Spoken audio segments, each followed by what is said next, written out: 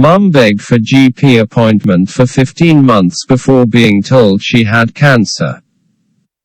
A young mum who tearfully begged to be seen by a gynaecologist after being so ill she had to move back in with her family was finally given an appointment after 15 months, and found out she had stage 3 cervical cancer. Sophie Butterworth, who is originally from Sale but now lives in Burnley, Lancashire, first rang her GP practice in June 2020, complaining of abnormal vaginal bleeding. In March this year, Sophie contacted her GP again and described feeling generally unwell, only to be told it was probably due to her mental health because of coronavirus. She said her inflammation markers were up, but this was never followed up by docs. By May, the mum of one began noticing a dull cramping pain as well as unusual vaginal discharge, as reported by the Manchester Evening News.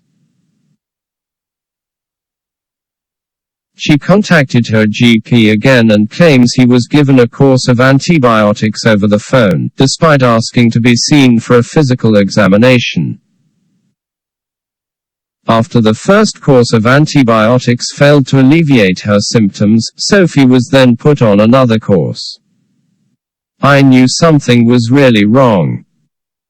I was asked to send off some swabs to the doctors and they said it looked like an infection and gave me more antibiotics, she said.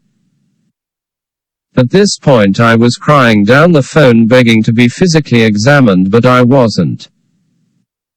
Around September, Sophie, now 30, received the results for her smear test, which she missed when she was 25, which confirmed that she was HPV positive and the cells that were tested had come back as abnormal.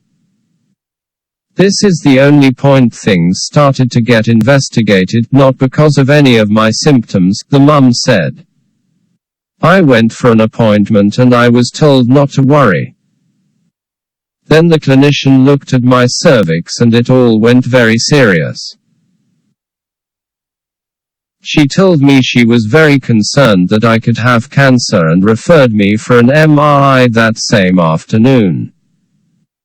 Sophie was formally diagnosed with stage 3 cervical cancer over the phone on September 27 this year.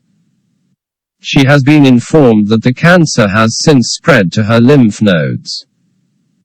My oncologist believes I've had the cancer for around 12 months. I 100% believe it would have made a difference to the cancer if I had been seen earlier, she said. I think if I had been referred last year it wouldn't have got to stage 3 and spread to my lymph nodes. It is absolutely heartbreaking for me. My daughter cries every day. It has taken such a toll on both of us. The most I have been away from my daughter is probably 2 days and I'm going to be away from her for 7 weeks.